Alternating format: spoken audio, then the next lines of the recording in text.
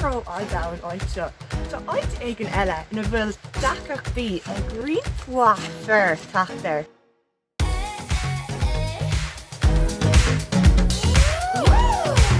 Díomh a chuid scail is mu sinnéine chin, agus is as an chunta is talbheachta, is áile agus is luchaíon airne. Is lei sin?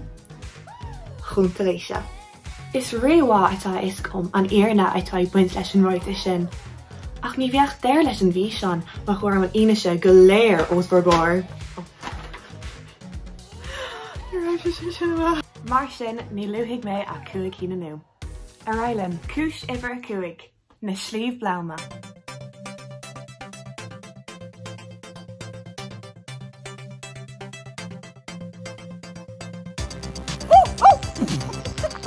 Tag ílam agus tá fádig mé as ionach olmhórdíal. Níor ceann sin! Níró ardáin áitseo, Tá áit ag an eile ina bhfuil dachachtaí a gríomhá fearr taachtar.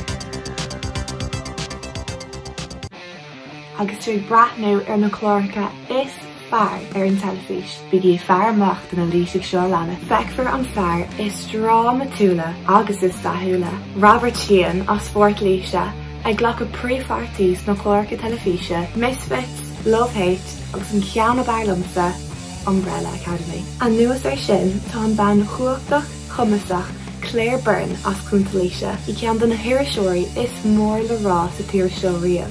An raibh is gut gur anna Kim Kardashian agus Kanye West Cúnta Líse mar ionad siar dá mína mála.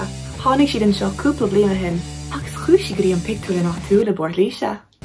Cúis a trí an príomhbhaile Port Líse. Tá Ryan Shopee agus Shopee Cafe i Cúnta Líse. Nach le fáil arthú áidir bit eile sa tír, ina measc an nuc an cranny agus a panseú. Cúis iver a dó.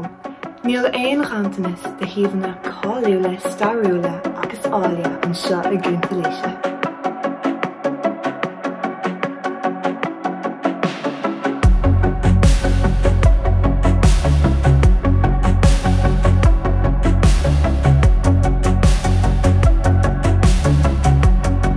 Agus cúis iver hain an picnic leictrach. Seo is sráid bhaile, chuile bhlíon ó 2004. Ceann se go mín an áid seo plódathe na daoine ní cuairig le linn na picnica. Susa 8,000 duine.